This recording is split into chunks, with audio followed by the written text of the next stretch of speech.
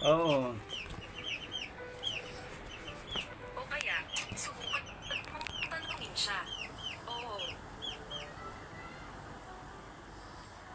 Sabay naman sila yung Kita iyan na yan. Baka makuryente lola mo dyan.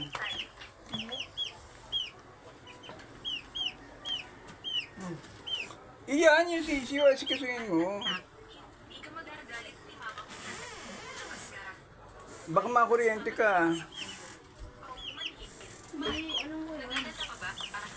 Pero bakit mo niloko ang nanay mo? Flashbang. Neng.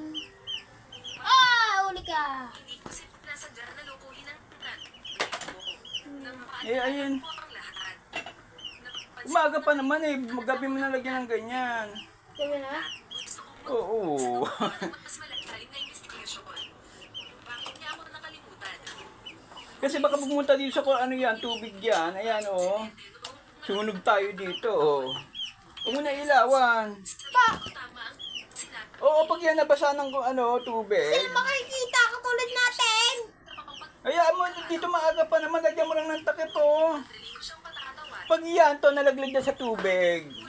Nagkamanok nga tayo na sunugan naman tayo ng bahay. Lalagyan ng tubig? Ano ba kakainin mo? Sino ang salarin? Hindi ko maaaring malaman yan na may anak akong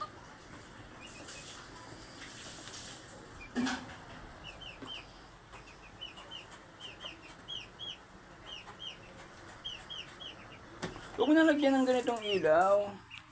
Nandito yung 30 mo.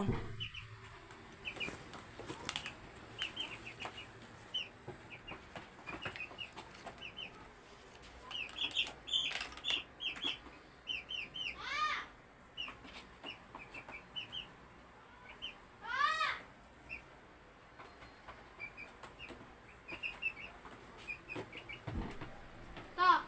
Ano? Ano? Huwag mo na lagyan ng ilaw yan ha. What?